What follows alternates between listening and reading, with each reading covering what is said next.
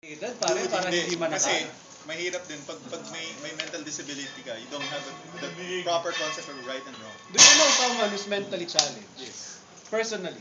Yes. Does he strangle you? Not yet. So you're scared of him kasi isa-strangle ka na? So lalayo ka sa kanya, iiwasan mo siya kasi takot ka sa kanyang sakaling ka na? Huh? Oh, so what's the difference between the Hindi, pare. mentally challenged Like I bodybuilder said- and an ex-convict na Hindi. pumatay ng maraming tao? Both hindi mo lalapitan?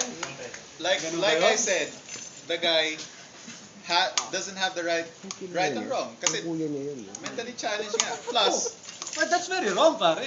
Very wrong. Mentally challenged, hindi na hindi niya na ma-interpret kung anong tama at mali. hindi pare, sa akin lang, it's unknown quantity. Plus, has a physical ability to do so. The other guy that I know, Shit, dude. I'm he's a getting this. fat dude who doesn't know. So fat people are. Oh my God!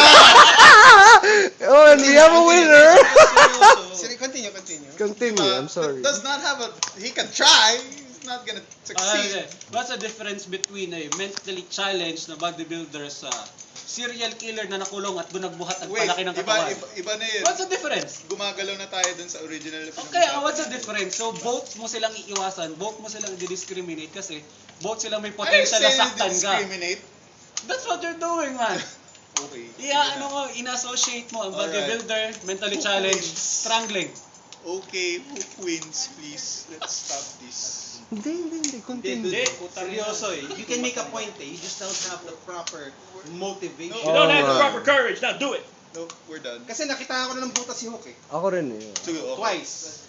Come on, Mark. You can do it. Ako isa lang eh. This is an I educated don't debate. like debating. Masturbating. Masturbating. What the hell, man? Are you That's- mentally challenged? Are you a bodybuilder? Are you a bodybuilder? So, come on. You Continue. strangle your own dick. You concede? Yes. Hook has to slap you now. Oh! Okay, Hook. Go. Oh, no game moves. No retaliation. The Morton conquered in the verbal way. This is good. By hook, And by he got hook. it all My God. here, bitch. Good job. The apocalypse is getting sooner than we speak. Hindi pa tapos yun. Si Hook, hindi pa tapos yan eh. Oh. Dali, sige, banat. Sabi niyo kasi may butas eh. Well, siguro meron. Pero ako kasi, I don't Ito wanna tayo na discriminate Pilipina. people with special needs. Kailangan nila ng tulong, hindi nila kailangan discrimination. Wala namang sinasabing discriminate. Just avoid as much Oh, as yes. possible. What's the difference? There's that difference between discrimination. Discrimination is not giving them rights, not allowing them to do anything, and not basically pulling away basic human rights. Avoiding is just you not talking to this guy and not Kasi? talking to him. Kasi? Because I don't want to. Like Because, the same bakit ayaw mo? because he has like I said potential. That doesn't mean automatic na papatay siya. You have a potential to kill people. So does John.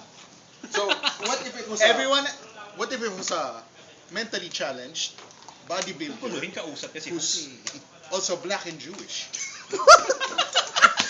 What a breath of fresh air. Hindi ako magpapatag dyan. Ayun na. Racial card. As in. Mark for the win. Teka lang. Let us. Our time is up, ladies and gentlemen. It was an exciting match, and it seems that Morton had a hard time defending himself from the relentless ground and pound of Hook. Ate Grace, you being the judge, sino ang panalo sa dalawa? Sa tingin niyo? Talagang video mo. Oo. Sino Ate Grace? Sino sa debate? I never see it on the internet. Hindi man nag-upload ng gago man. It's a tie. Ngayon, tawagin natin. It must go to. Teka lang. Tawagin natin yung asawa ni Ate Grace na bodybuilder. Yari ka! I'm ready for my rape now.